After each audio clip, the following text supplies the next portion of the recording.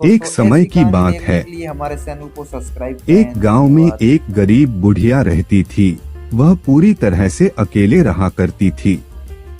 उसका कोई भी नहीं था, ना बाल बच्चे, ना कोई रिश्तेदार। सुबह शाम लोगों के छोटे मोटे काम किया करती थी, जिसके बदले लोग उसको पैसे, अनाज या खाने पीने का सामान दे दिया करते थे, जिसको खा पीकर वह अपना जीवन बिताया करती थी। वह अपने जीवन में पूरी तरह से संतुष्ट थी। उसे भगवान से किसी प्रकार का कोई गिला भी नहीं था। दूसरों के सामान के कारण बुढ़िया का घर पूरी तरह से सामानों से भरा हुआ था। एक बार की बात है, वे अपने घर को खोलकर घर के सामान को धूप दिखा रही थी।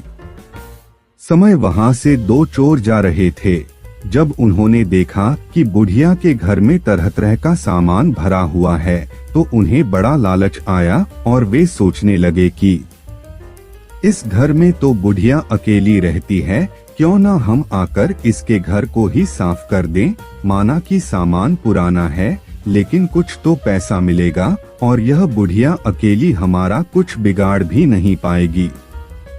चोरों ने बुढ़िया के घर को अच्छी तरह से देख लिया और समझ लिया कि उन्हें किस तरह से बुढ़िया के घर की सफाई करनी है।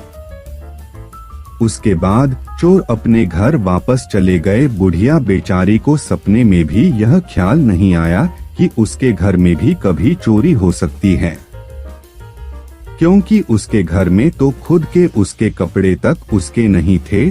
सब कुछ गांव वाले उसे दिया करते थे, जो वह अपने घर में रख लेती थी। खैर, कुछ दिन बीत गए और एक दिन रात में चोर अपने दो साथियों को लेकर बुढ़िया के घर पहुंच गए। कमाल की बात यह थी कि उस दिन सरपंच ने बुढ़िया को चावल, दूध और चीनी दी थी और बुढ़िया बहुत खुश थी। बुढ़िया ने खुशी खुशी अपने लिए खीर बनाई और खीर बनाकर वह उस खीर को चूल्हे पर रखकर सोचने लगी कि अभी तो खीर बहुत ही गर्म है, जबकि थोड़ी ठंडी हो जाएगी तब आराम से खाऊंगी।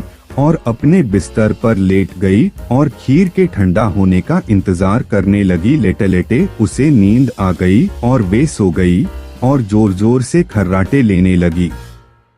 चोर बाहर खड़े थे। बुढ़िया के खर्राटे की आवाज सुनते ही उन्होंने सोचा कि चलो अब रास्ता साफ हो गया और अब हम आराम से बुढ़िया का घर साफ कर सकते हैं। वह सब जल्दी जल्दी आकर बुढ़िया के घर में सामान तलाशने लगे, परंतु कमाल की बात यह थी कि उन्होंने जो देखा था वह बिल्कुल गलत था। बुढ़िया का घर तो सामान से भरा हुआ था, किंतु एक भी सामान साबुत नहीं था। हर सामान टूटा फूटा, पुराना और खराब था। यह चोर बड़े दुखी हुए और बुढ़िया को बहुत गालियां देने लगे। वह बोले, देखो कितनी दुष्ट बुढ़िया है, आराम से सो रही है और हम बेचारे इतनी मेहनत कर रहे हैं। तभी दूसरे चोर की नजर चूल्हे पर रखी खीर पड़ी।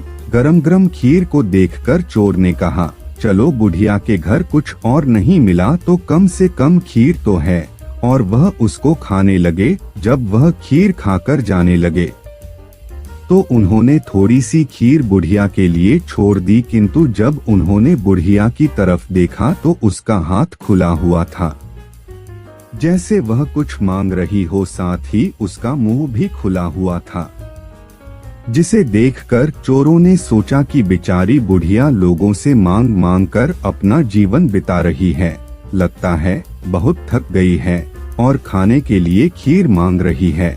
आखिर उम्र में है तो हमारी माँ के ही बराबर। और बिना कुछ सोचे समझे गरम गरम खीर बुढ़िया के मुंह में डाल दी। गरम गरम खीर मुंह में पड़ते ही बुढ़िया जोर से चिल्लाई, हाय दैया, मार डाला, मार डाला, मार डाला। बुढ़िया की चीख सुनते ही चोर डर के जल्दी जल्दी छुपने लगे। जिसने मुंह में खीर डाली थी वह ऊपर जाकर छिप गया, एक चारपाई के नीचे और एक चारपाई के दाएं। बुढ़िया की चीख सुनते ही गांव वाले बुढ़िया के घर आ गए और पूछने लगे, क्या हुआ माँ? बुढ़िया बोली, मुझे क्या पता, ऊपर वाला जाने। यह सुनते ही ऊपर छिपा हुआ चोर बोला, अरे भला मैं क्यों जानूं तुम्हारी चारपाई के नीचे छिपा चोर ना जाने। यह सुनते ही चारपाई के नीचे वाला चोर बोला, मैं ही क्यों जानूं चारपाई के दाएं छुपा चोर क्यों ना जाने।